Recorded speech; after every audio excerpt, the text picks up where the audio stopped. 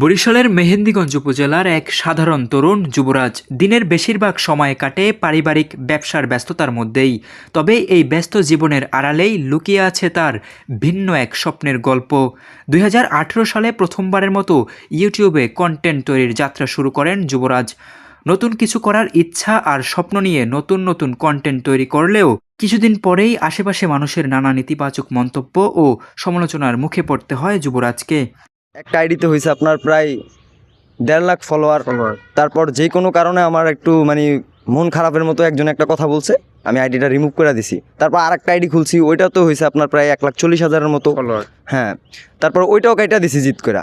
এখন আছে সম্ভবত 1,06,000-এর মতো। সবাই বলে যে এগুলা করিস না, ওই যে পাশের গ্রামের ওই লোকে এই কথা বলে, ওই মানুষটা এই কথা বলে, বিভিন্ন কথা। যে মানুষে বলছে খারাপ, সে মানুষই বলছে যে ভালো, যার কারণে এখন আবার আসলাম এই লাইনে ভাই। এক সময় সেই চাপের কারণেই হার মেনে থেমে যায় যুবরাজের কন্টেন্ট তৈরির পথ চলা। এরপর পুরোপুরি মনোযোগ দেন পারিবারিক দায়িত্বে। বাবা ও বড় ভাইয়ের ব্যবসার সাহায্য করাই হয়ে ওঠে যুবরাজের প্রধান দায়িত্ব। তবে কখনো হারিয়ে যায়নি যুবরাজের স্বপ্ন। 2025 সালের শেষের দিকে ব্যবসার ফাঁকে ফাঁকে আবারও হাতে তুলে নেয় মোবাইল ক্যামেরা। অবসর সময়ে ছোট ছোট মুহূর্তগুলোকে কাজে লাগিয়ে নতুন করে শুরু করেন ফানি ভিডিও তৈরি। আপনার সাথে যে ভিডিওটা করছি, ভিডিওটা কি ভাইরাল হবে? এটা জনগণ ভালো লাগলে খায়রুল ভাই মানি ধীরে ধীরে সেই ভিডিওগুলো মানুষের কাছে পৌঁছাতে শুরু করে। যুবরাজের সহজ অভিনয়, স্থানীয় বাস্তবতা আর হাস্যোজ্জ্বল উপস্থাপনা দর্শকের মনে জায়গা করে নেয় খুব দ্রুতই। ব্যবসার পাশাপাশি বলতে ভাই ফ্যামিলির দিকেও তো তাকাইতে হইব।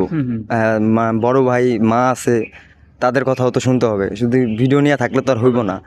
তো ওইটাও করি, যদি একটু সময় পাই ফাঁকে ঝুঁকে ভিডিও করি। আজ যুবরাজ মেহেন্দিগঞ্জ নয়, বাংলাদেশের বিভিন্ন প্রান্তের দর্শকের কাছেও হয়ে উঠেছেন এক পরিচিত মুখ।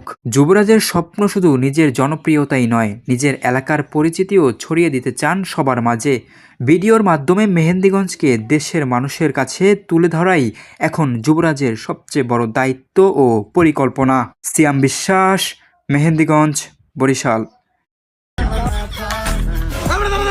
বালিঘাটা কে কাটতে অবশ্যই।